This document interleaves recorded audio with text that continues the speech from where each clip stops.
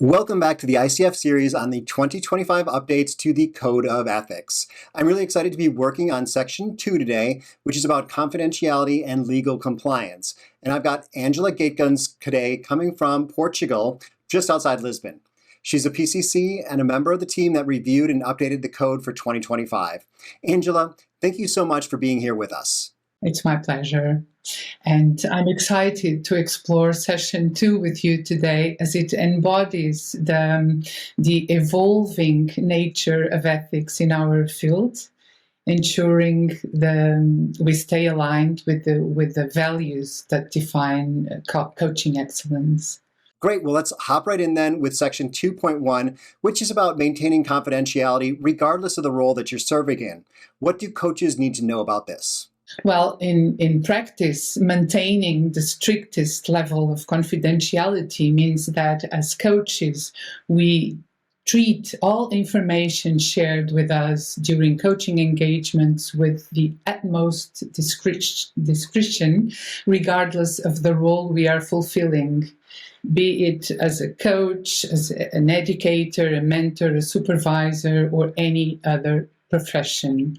And I guess that includes if you're the videographer of this series, so I'm maintaining my ethical obligations according to this code to everyone that's participating.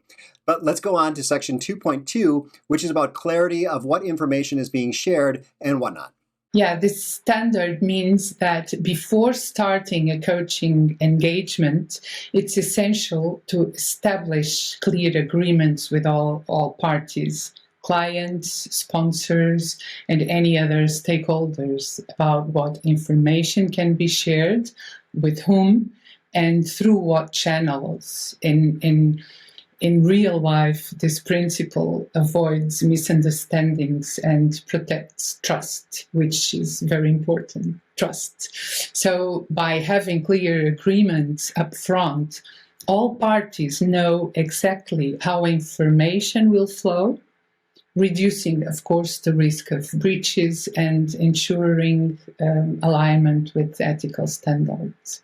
Great. So section 2.3 kind of talks about when some of those agreements will be breached in terms of the authorities, or there's a reason that they need to be breached. So tell us a little bit about what coaches need to know here. This is critical for maintaining transparency and trust while complying with legal and ethical responsibilities.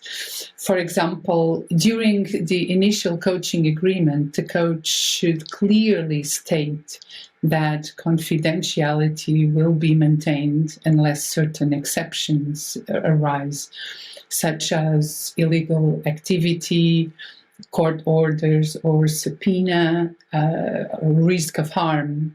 For example, if the client or another individual is at imminent or likely risk of danger, the coach must take action to protect all the parties involved. Yeah, that's great. And it's great to make sure that that is understood up front, that the coaching relationship is maybe a little different than a therapist relationship or whatnot. So make sure folks are understanding that. And let's go to section 2.4, which is about record keeping. What do coaches need to know? Okay, how to maintain them, how to store them, and how to dispose them by the end of their life cycle. So keeping coaching notes, agreements, and related documents in secure locations. For paper records, use locked secure safe cabinets, for example. For digital files, use passwords with all those protected systems, encrypted storage, or secure cloud services.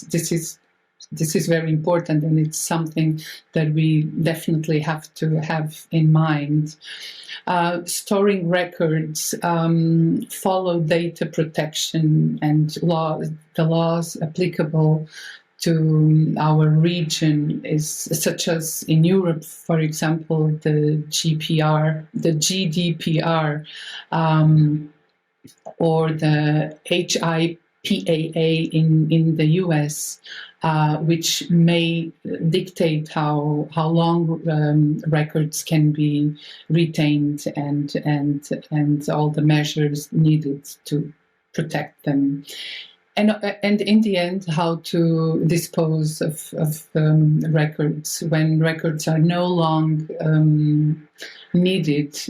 It's also important that we dispose them in a secure and safe way. Yeah, and that's actually something, well, as I was looking through the standard, I kind of thought back to myself, have I disconnected from all my previous clients properly?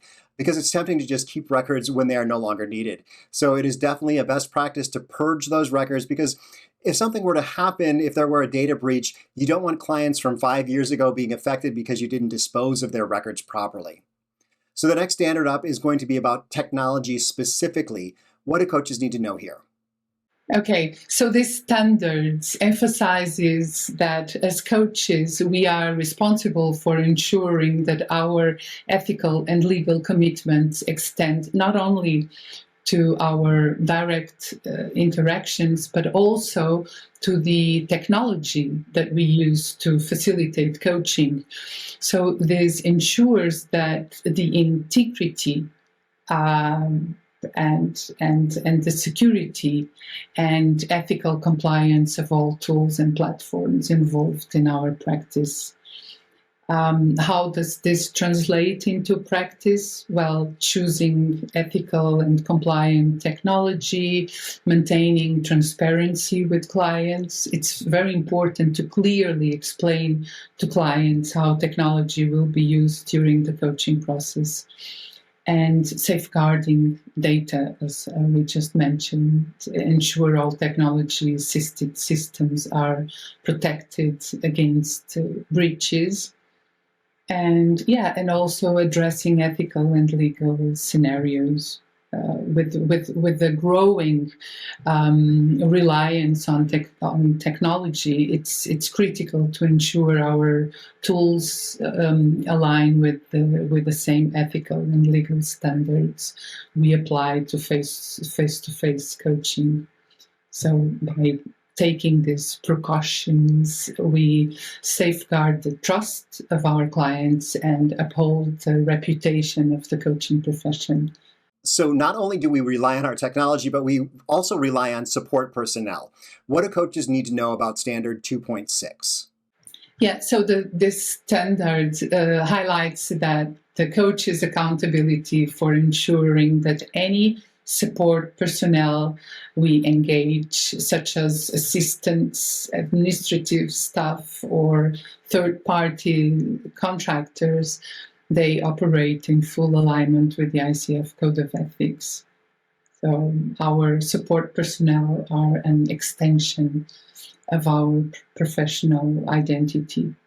Great. Well, 2.7 talks about the privacy of ICF professionals specifically. So what do coaches and the entire ICF family of people that fall under the ICF Code of Ethics, what do we need to know here?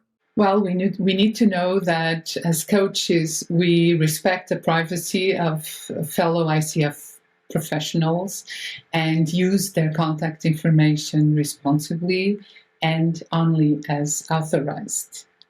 So it's about respecting boundaries, obtaining consent, and this standard protects the privacy and the autonomy of ICF professionals, fostering a culture of respect and trust within the coaching community.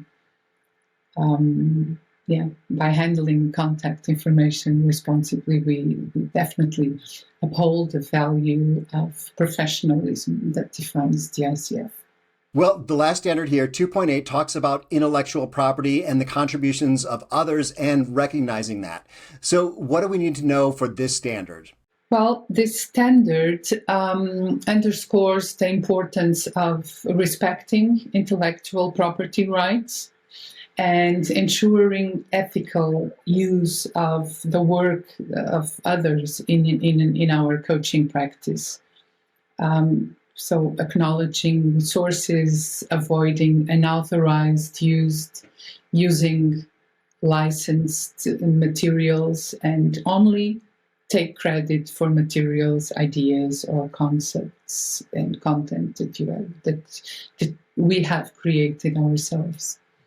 So it's about honoring intellectual property and foster a culture of respect and trust within the coaching profession, and protecting the value of creative contribution that ensures the integrity of our work.